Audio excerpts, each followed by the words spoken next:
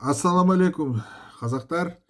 Мен Ауғанстан соғыс ардагерлерін абырой қоғамдық бірлестігінің төрағасымын. Бізді ардагерлеріміз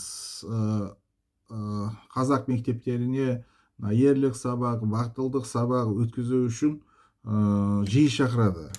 Көрсең, мына мектептерге, қазақ мектептерден көрсең, әрбір төртінші, тіпті үшінші қазақ ұлдар, қыздар артық салмақпен мынандай толық.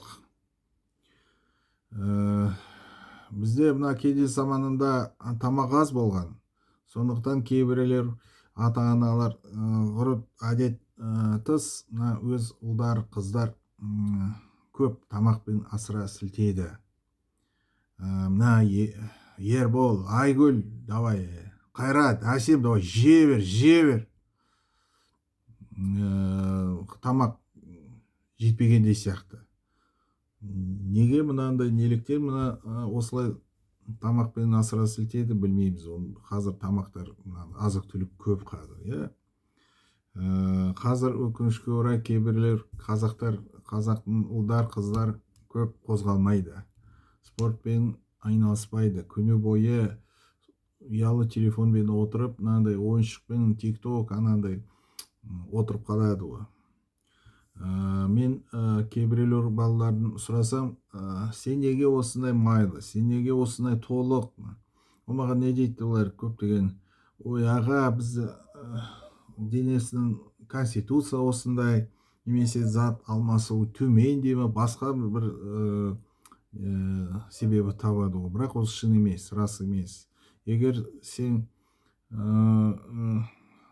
көп калориясы тұтынса, мынандай пирожный, балмұздақ, тағы басқа,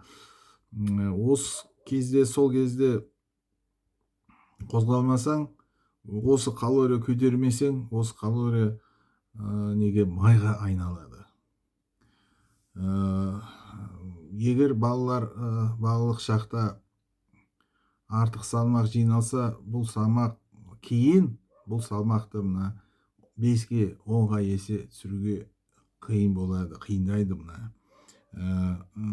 Артық салмақ өмір бойы осы бағамен қалады. Осы табиғат бойынша осындай, адамның денесінің құрылымы осындай. Қандай артық салмақ кісіге, адамға қандай ауру әкеледі? Қант диабеті, жоғары қан қысымы, жүрек ұстамасы, инфаркт, тізелер, буындар зақымданады.